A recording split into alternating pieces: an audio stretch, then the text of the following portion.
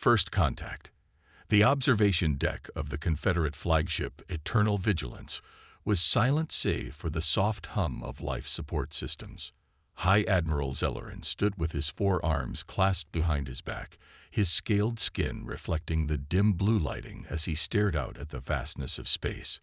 The ship had been patrolling the outer reaches of Confederate territory for 3 standard cycles, and today marked what should have been their final sweep before returning to the homeworlds. "Admiral," came the voice of his first officer, Trell. "Long-range sensors have detected an anomaly at coordinates 227 to 893.44. It appears to be a vessel of unknown configuration." Zellerin's inner eyelids flicked in surprise. The Galactic Confederacy had mapped and catalogued virtually every spacefaring species in this sector over its 10,000-year history. An unknown vessel was nearly unheard of. "Show me," he ordered. The viewing screen activated, revealing a sleek, obsidian craft that seemed to absorb the very light around it. It was unlike any design in the Confederate database. No visible engine ports, no weapon arrays, nothing that would indicate how it moved or defended itself. It simply existed, defying conventional understanding. "Origin?" asked Zellerin. "Unknown, Admiral," replied Trell, her tendrils twitching nervously. "However, we've intercepted communications. The language pattern matches records from a primitive world in the Sol system. A species called humans." Zellerin's 4 eyes widened. "Humans, the bipeds from the 3rd planet. Impossible. Their technological level was assessed at pre-FTL just 70 cycles ago." The Confederacy maintained watchposts near developing worlds, observing species until they achieved faster-than-light travel, the threshold for first contact. Earth had been classified as at least 2 centuries away from that milestone. "Open a communication channel," Zellerin ordered. The viewing screen flickered, and a human face appeared. Female, by their dimorphic standards, with dark skin and features that suggested ancestry from Earth's equatorial regions. "This is Captain Amara Chen of the Earth vessel Artemis," she said calmly. "We greet the Galactic Confederacy in peace." Zellerin felt his scales ripple in surprise. "This is High Admiral Zellerin of the Confederate flagship Eternal Vigilance. Your presence in this sector is unexpected. Our records indicate your species has not yet developed faster-than-light capabilities." Captain Chen smiled slightly. "Your records are outdated, Admiral. Humanity has made considerable advances in the past several decades." "Several decades?" Trell whispered beside him. "That's impossible. No species develops that quickly." Zellerin silenced her with a gesture. "Captain Chen, we would like to invite a delegation from your vessel to meet aboard our ship. It is customary for new species entering Confederate space." "We would be honored," Chen replied. "However, we extend the same invitation to you. Our vessel has accommodations suitable for most Confederate species." The Admiral hesitated. Protocol dictated that first meetings occur on Confederate vessels, but something about the calm confidence of this human unsettled him.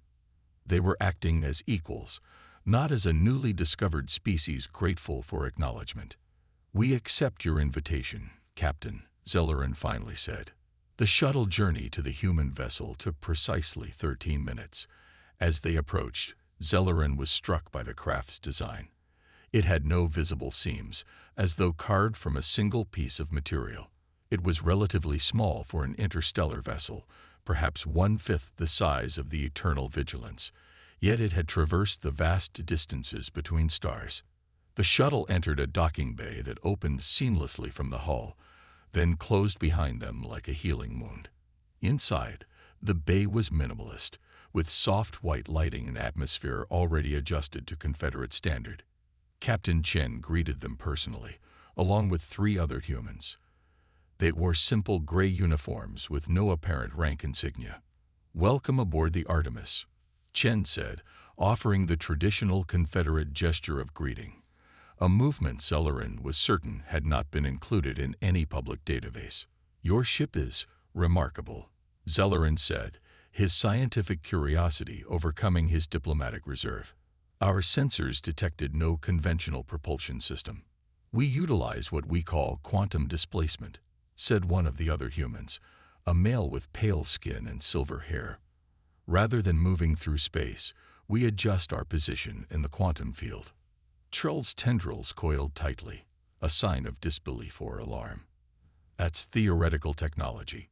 Even our most advanced scientists have only postulated its possibility. Dr. Marcus Lee, the human, introduced himself with a slight bow. And yes, most species find the leap from theory to application takes several centuries. We faced unique circumstances that accelerated our development. Captain Chen gestured toward a corridor. We've prepared a presentation on human history that may explain our situation, if you'll follow me. The conference room was designed with multiple species in mind, seating for various body types, adjustable temperature zones, and air composition controls. The humans had clearly studied Confederate physiology extensively. As they settled, Chen activated a holographic display in the center of the room. To understand humanity's rapid advancement, you must understand our history. The display showed Earth, a blue-green world already familiar to Zelleran from Confederate records. The presentation detailed human history, their violent conflicts, their tenacious survival, their constant technological innovation driven by competition and necessity. 90 years ago, Chen continued, we discovered something in our solar system, an artifact of non-human origin. The hologram shifted to show an object buried beneath the surface of one of Earth's moons. It was unmistakably technological, but unlike anything in Confederate records. This was not of Confederate origin, Zelleran stated with certainty. No, agreed Chen. We've since determined it predates the Confederacy by at least 2 million years. We call them the precursors. The artifact contained scientific principles that recontextualized our understanding of physics. Dr. Lee added, most importantly, it contained a warning, something that united our planet's governments and redirected all our resources toward technological development. A warning about what? Asked Trell. Captain Chen's expression grew solemn. That, Admiral, is something we hope to discuss at the highest levels of Confederate leadership. Zelleran felt his scales prickle. This was unprecedented. No newly contacted species had ever requested immediate audience with the Confederate Council. Such a meeting would be highly unusual, he said carefully. So is finding a precursor artifact with a countdown, Chen replied evenly. The room fell silent. A countdown? Zelleran finally asked. 43 of your standard years remaining, said Dr. Lee. We've spent the last 90 years preparing. We had hoped the Confederacy might be allies in what's coming. News of the human vessel spread through Confederate space faster than any official channels could control it. By the time Zelleran's report reached the capital world of Harun Prime, rumors had already taken root. Some spoke of human technological marvels, others of threats and ultimatums. The Council of 12, representatives of the founding species of the Confederacy, convened an emergency session. High Admiral Zelleran stood before them, his scales dulled from exhaustion after days of continuous debriefing. The humans request a formal diplomatic exchange, he concluded his report. They wish to share information regarding this. Precursor warning. Counselor Vex, a methane-breathing entity from the Cygnus cluster, fluctuated agitation. This is highly irregular. A species unknown to us until now claims to possess technology beyond our understanding and speaks of ancient warnings. Caution is mandated. I agree, said Counselor Mrath, her crystalline form refracting light as she moved. But we cannot ignore the evidence. Our science division confirms their vessel utilizes principles we have only theorized. If they have indeed found precursor technology. The oldest member of the council, Zuri of the Bendu, raised a gnarled appendage. In 10,000 years, the Confederacy has encountered many species, but none that developed so rapidly. It defies natural evolution. We should invite them here, said Counselor Thax, the reptilian leader of the warrior Scath. Not out of hospitality, but to better assess the threat they may pose. The humans have been transparent, Zelleran objected. They voluntarily shared information about their technology and history. Perhaps too transparent, countered Vex. What species reveals its capabilities so readily unless it is a show of strength? The debate continued for hours before the council reached a consensus. The humans would be invited to Harun Prime. Their vessel would be permitted to approach under escort, and a diplomatic delegation would be received with full honors. Privately, defensive systems would be placed on highest alert, and the Confederate fleet positioned strategically throughout the system. Captain Chen accepted the invitation with grace that belied the significance of the moment. The Artemis would make the journey to Harun Prime, becoming the first human vessel to visit the heart of the Confederacy. As the Artemis prepared to depart, Zelleran found himself alone with Captain Chen in the observation deck of his flagship. "Your council doesn't trust us," Chen said. It wasn't a question. "Trust must be earned," Zelleran replied diplomatically. "The Confederacy has existed for 10 millennia because of caution." Chen nodded. "Earth has existed for barely a few thousand years as a civilized world, and we nearly destroyed ourselves multiple times. Caution is wise." She turned to face the Admiral fully. "But Admiral, time is not a luxury we have. When we arrive at your capital, we will demonstrate something that may help convince your council of what we face." "And what is that?" Zelleran asked. "The true capabilities of the Artemis," she replied. "What you've seen so far is a fraction of what this ship can do." Zelleran felt his scales ripple involuntarily. "Is that a threat, Captain?" "No, Admiral," Chen said with a sad smile. "It's a demonstration of what we'll all need to survive what's coming." As Chen left the observation deck, Zelleran remained, staring at the sleek black vessel that had appeared so suddenly in Confederate space. In all his centuries of service, he had never encountered anything like the humans or their ship. Their technological leap defied explanation, even with the precursor artifact. Something else was happening here, something the humans weren't yet revealing. And as the Artemis prepared for the journey to Harun Prime, Zelleran couldn't shake the feeling that the Confederacy was about to face a challenge unlike any in its long history. The question now was whether the humans would prove to be allies against this coming threat, or if they were the threat itself. Hidden agendas. The arrival of the human vessel Artemis at Harun Prime created a spectacle unlike anything the Confederate capital had witnessed in centuries. Thousands of ships from across the Confederacy had positioned themselves along the approach vector, ostensibly to honor the new species, but primarily to observe the mysterious craft. From the central spire of the Grand Conclave building, Councillor Thax of the Scath watched through a high-powered magnifier as the Artemis glided into orbit. Unlike the lumbering Confederate vessels with their visible engine arrays and defense systems, the human ship moved with unsettling grace, leaving no ion trail, no radiation signature, nothing to indicate how it traversed the void. "Magnificent, isn't it?" came a voice behind him. Thax turned to see Councillor Mrath, her crystalline form catching the light from Harun's twin suns.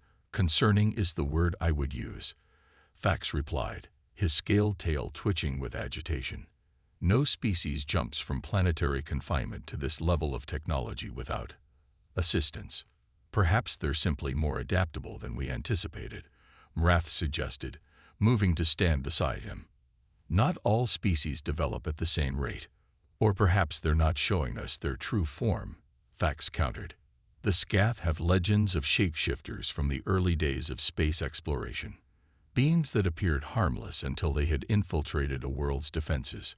Mrath's crystalline structure vibrated, her species equivalent of laughter. "Always the warrior, Thax. Not everything unknown is a threat, and not everything that appears friendly is an ally," he replied. Their conversation was interrupted by a chime indicating the human delegation was about to dock at the Grand Conclave. As the two counselors made their way to the reception chamber, Thax activated his personal communicator. "Is everything in place?" he asked quietly. "Yes, Counselor," came the reply. "The contingency has been prepared. Captain Amara Chen led the human delegation through the soaring archways of the Grand Conclave. Beside her walked Dr. Marcus Lee, along with Commander Raj Patel, their security chief, and Dr. Eliza Washington, Earth's leading xenobiologist. They had dressed in formal Earth diplomatic attire, simple, elegant lines in deep blue with silver accents. The Grand Conclave was breathtaking, a structure that seemed to defy gravity, with transparent walkways connecting floating platforms where representatives of hundreds of species conducted the business of governing a significant portion of the galaxy. "They're watching us," Commander Patel murmured, his eyes scanning the various aliens who had paused their activities to observe the humans. "Of course they are," Chen replied quietly. "We're the newest exhibit in their galactic zoo." An honor guard of 4 different species approached, led by a tall, serpentine being with iridescent scales. "Welcome to Haroon Prime," it said in perfect English. "I am Sereth, Chief Diplomatic Officer. The Council awaits your presence." The delegation was led through a series of increasingly grand chambers until they reached the Council Hall itself, a massive circular room with 12 elevated platforms surrounding a central speaking area. The platforms were occupied by beings so diverse in form that they barely seemed to belong to the same universe, let alone the same governing body. High Admiral Zellerin stood at attention near the entrance. He offered Chen a formal bow.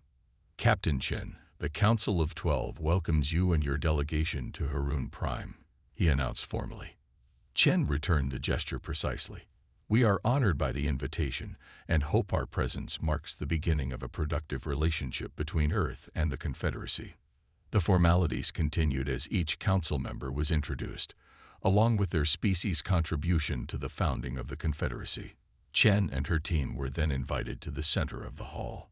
"We understand you have information of critical importance," said Councillor Zuri, the ancient Bendu whose species had been among the first to achieve interstellar travel. "Please share what you have discovered."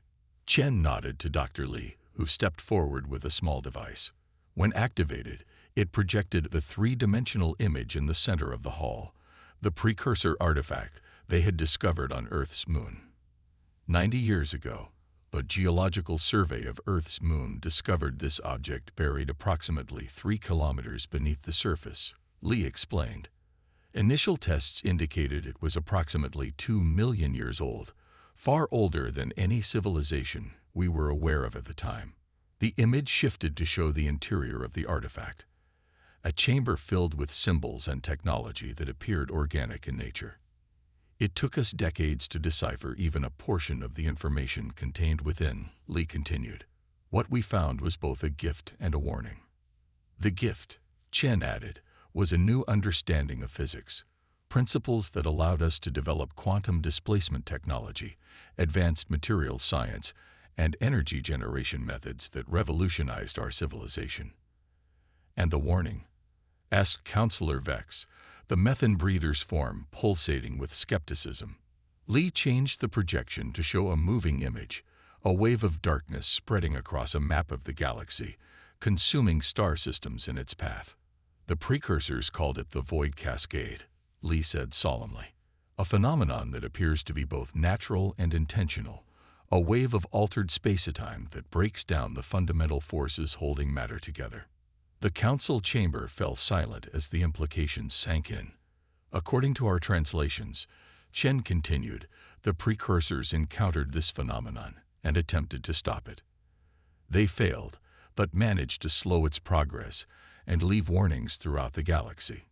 If such a threat existed," Fax interrupted, "surely the Confederacy would have detected it in our 10,000 years of existence." "The Void Cascade moves slowly by galactic standards," Lee explained, "but it is accelerating. Our calculations show it will reach Confederate space within 50 years, conveniently beyond immediate verification," Fax noted. "Not beyond verification," Chen countered. "The leading edge of the cascade is detectable with the right instruments. We've brought the specifications, which we're happy to share." Councillor Rath's crystalline form shimmered with interest. "If this threat is real, why come to us? Surely your advanced technology could allow you to simply Relocate to a safer region of space. Because the cascade cannot be outrun, Chen replied. According to the precursor data, it will eventually consume the entire galaxy unless stopped. And stopping it will require the combined resources and knowledge of multiple civilizations. The Council deliberated among themselves, their various communication methods creating a cacophony of sounds, lights, and movements. Finally, Councillor Zuri raised a hand for silence. "We will need to verify your claims," the ancient being stated. "Our scientists will require access to your data and testing methods." "Of course," Chen agreed. "We anticipated this. Dr. Washington has prepared comprehensive briefing materials for your scientific community. In the meantime," Zuri continued, "you and your crew will be our honored guests. Accommodations have been prepared in the diplomatic quarter." As the formal meeting concluded, Chen couldn't help but notice the varied reactions among the council members. From Wrath's obvious fascination to Thax's barely concealed hostility, they had expected skepticism, even resistance. What worried her was the calculation she saw in some of their eyes, the political calculations that would inevitably follow such a revelation.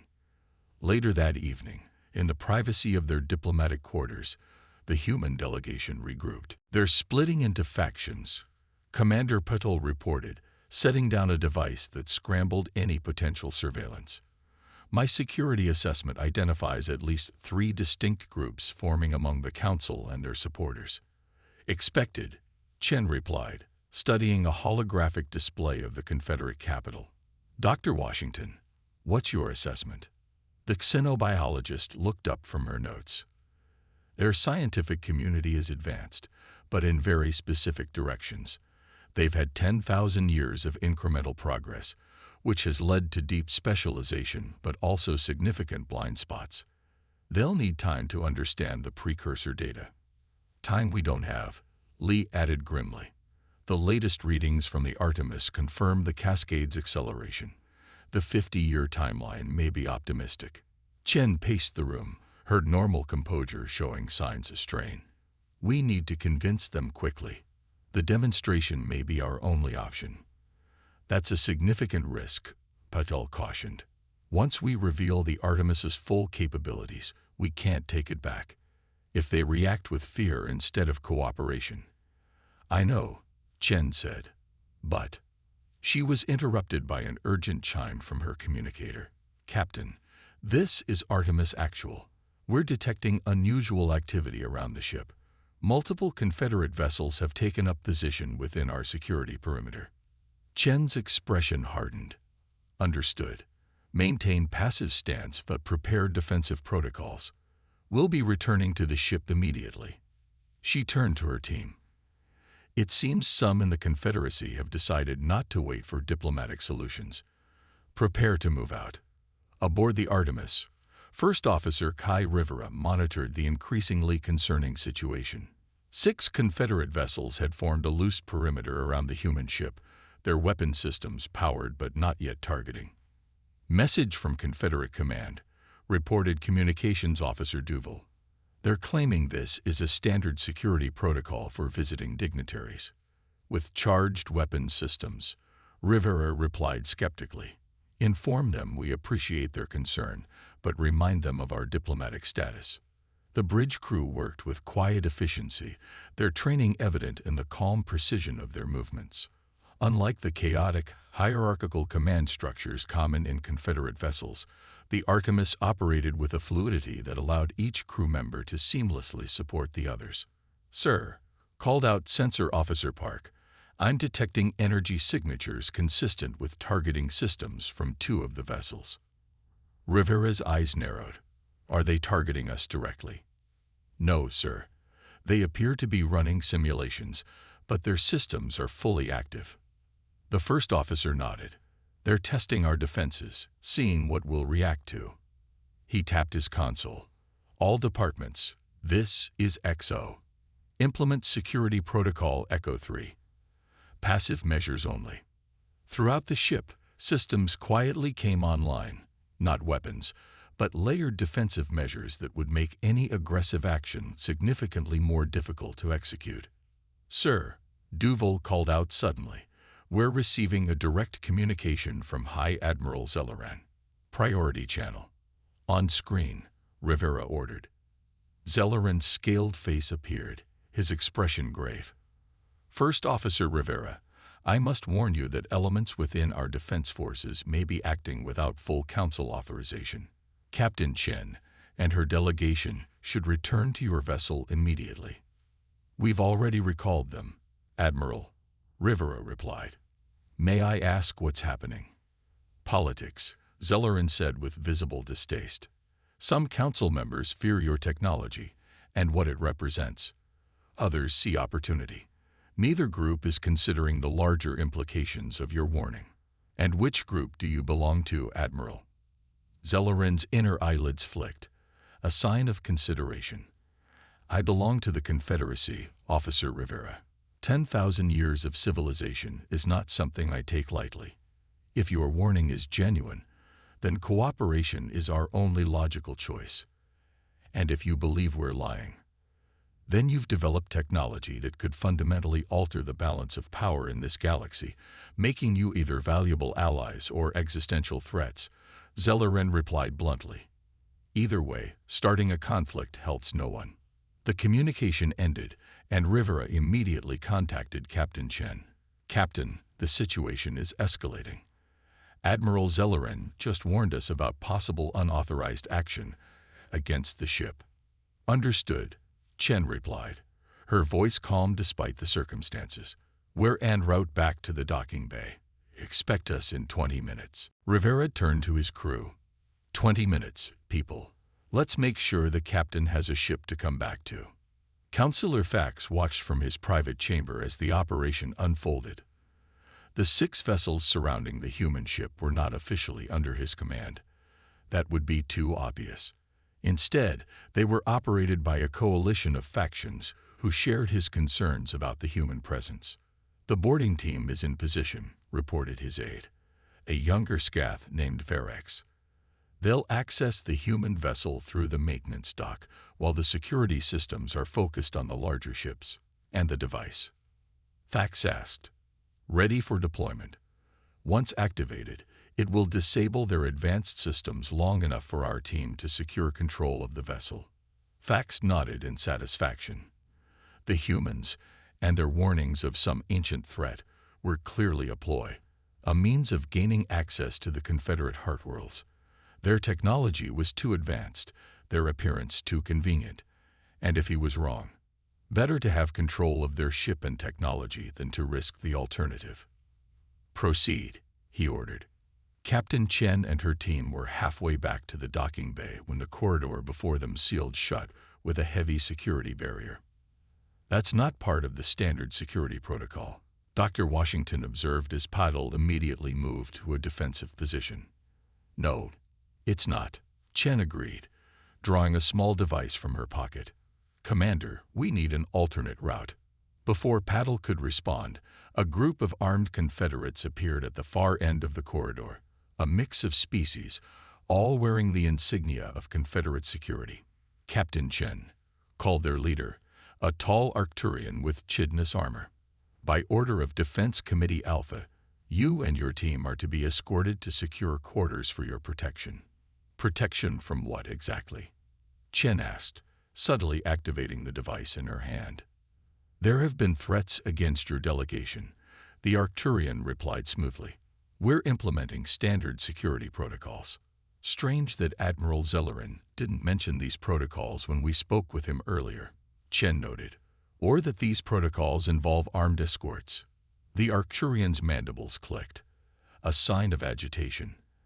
Admiral Zelleran is not currently in command of this operation. Please come with us without resistance. Chen exchanged glances with her team. They had prepared for this possibility, but hoping for diplomatic solutions, they had come unarmed.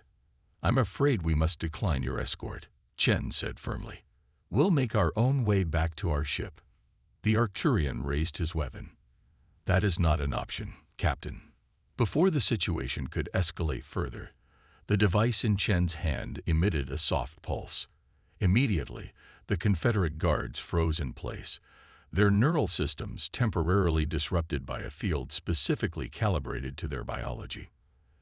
That won't hold them long, Chen warned as Paddle moved forward to collect their weapons. We need to move. Dr. Li accessed a nearby terminal, his fingers flying over the alien interface with practiced ease. I've got access to their security grid. There's a service corridor 2 levels down that should take us to the western docking bay. From there, we can access the diplomatic shuttle. Lead the way, Chen ordered. As they moved through the Grand Conclave's labyrinthine corridors, avoiding the increasing number of security forces, Chen contacted the Artemis. Rivera, we've been compromised. Prepare for immediate departure once we're aboard. Captain, Rivera replied, his voice tense. We've got another problem. Sensors have detected a boarding party attempting to access the ship through the maintenance dock. Chen's expression hardened. Defensive protocols authorized. Protect the ship at all costs. Understood, Captain. Aboard the Artemis, the situation had deteriorated rapidly. The boarding party, composed of Confederate Special Forces, had breached the outer hull and was attempting to override the ship's security systems. They've attached some kind of device to the lower hull, reported Security Chief Alvarez. It's emitting a dampening field that's affecting our systems in that sector. Rivera nodded grimly. They're expecting our technology to follow the same principles as theirs. Shift power distribution to isolate that section and implement countermeasures. The Artemis was more than just an advanced starship. It was the culmination of 90 years of human innovation, driven by the knowledge that extinction might be inevitable without sufficient preparation. Its systems were designed with redundancies and countermeasures that even the Confederacy, with its millennia of technological development, had never considered necessary. As the boarding party breached the first internal bulkhead, they were met not with traditional defenses, but with a containment field that simply held them in place.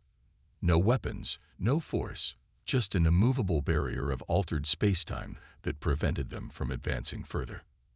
Outside, the 6 Confederate vessels had moved into attack formation, their weapons now openly targeting the Artemis. Sir, called Communications Officer Duval, we're receiving a transmission from the lead vessel. They're demanding our immediate surrender.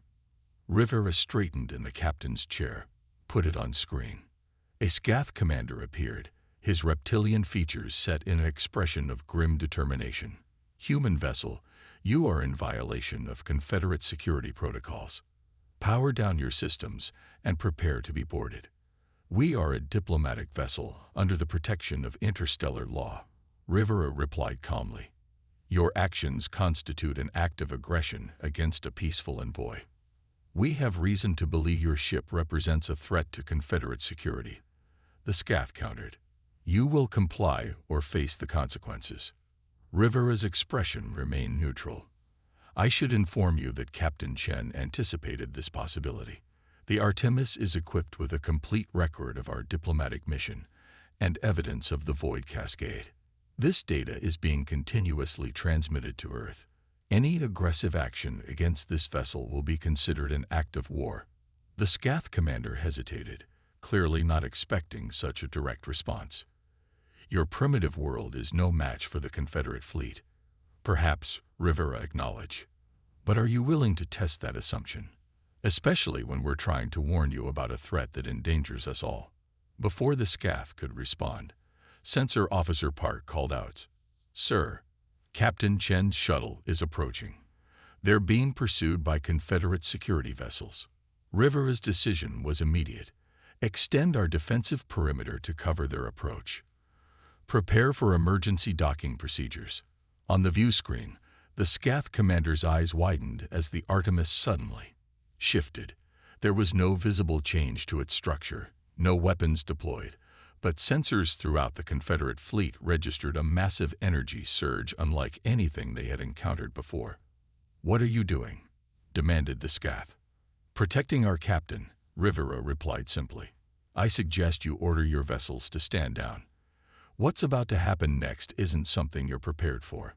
As the diplomatic shuttle carrying Captain Chen and her team raced toward the Artemis, Pursued by Confederate security vessels, the human ship finally revealed a fraction of its true capabilities. A shimmering field extended outward, engulfing the approaching shuttle and repelling the pursuing vessels with such force that they tumbled helplessly through space. The shuttle docked seamlessly with the Artemis, and within moments, Captain Chen was on the bridge. "Status," she demanded, taking in the situation at a glance. "Confederate vessels in attack position," Rivera reported. "Boarding party contained in Section 4. No casualties on either side." Chen nodded, her expression grim but determined. "Open a channel to the entire Confederate fleet." It's time they understood exactly what they're dealing with. As the communication system activated, Chen squared her shoulders and addressed not just the ships surrounding them, but the entire Confederate leadership watching from the planet below. "This is Captain Amara Chen of the Earth vessel Artemis. We came to you in peace, offering knowledge and partnership against a threat that endangers us all. Your response has been hostility and attempted seizure of our vessel." She paused, letting her words sink in. "We did not want to demonstrate our capabilities this way, but you've left us no choice. What you're about to witness is a fraction of what humanity has developed in preparation for the Void Cascade. It is not meant as a threat, but as evidence of what cooperation between our peoples could achieve." With a nod to her weapons officer, Chen gave the order that would forever change the Confederacy's understanding of humanity's place in the galaxy. "Execute Demonstration Protocol Omega." Outside, the Artemis began to transform.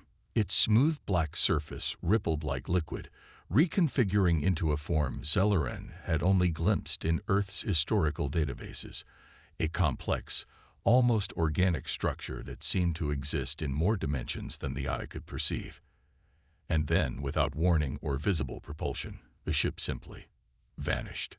5 seconds later, it reappeared on the opposite side of Harun Prime, having traversed the entire planetary system in an instant. The message was clear. The Confederacy, with all its millennia of development, was not prepared for what humanity had become. And if they couldn't trust humans as allies, they would have to face what was coming alone. The question now was whether pride would override survival instinct, and whether the Confederacy could accept that the species they had once considered primitive might now be their only hope.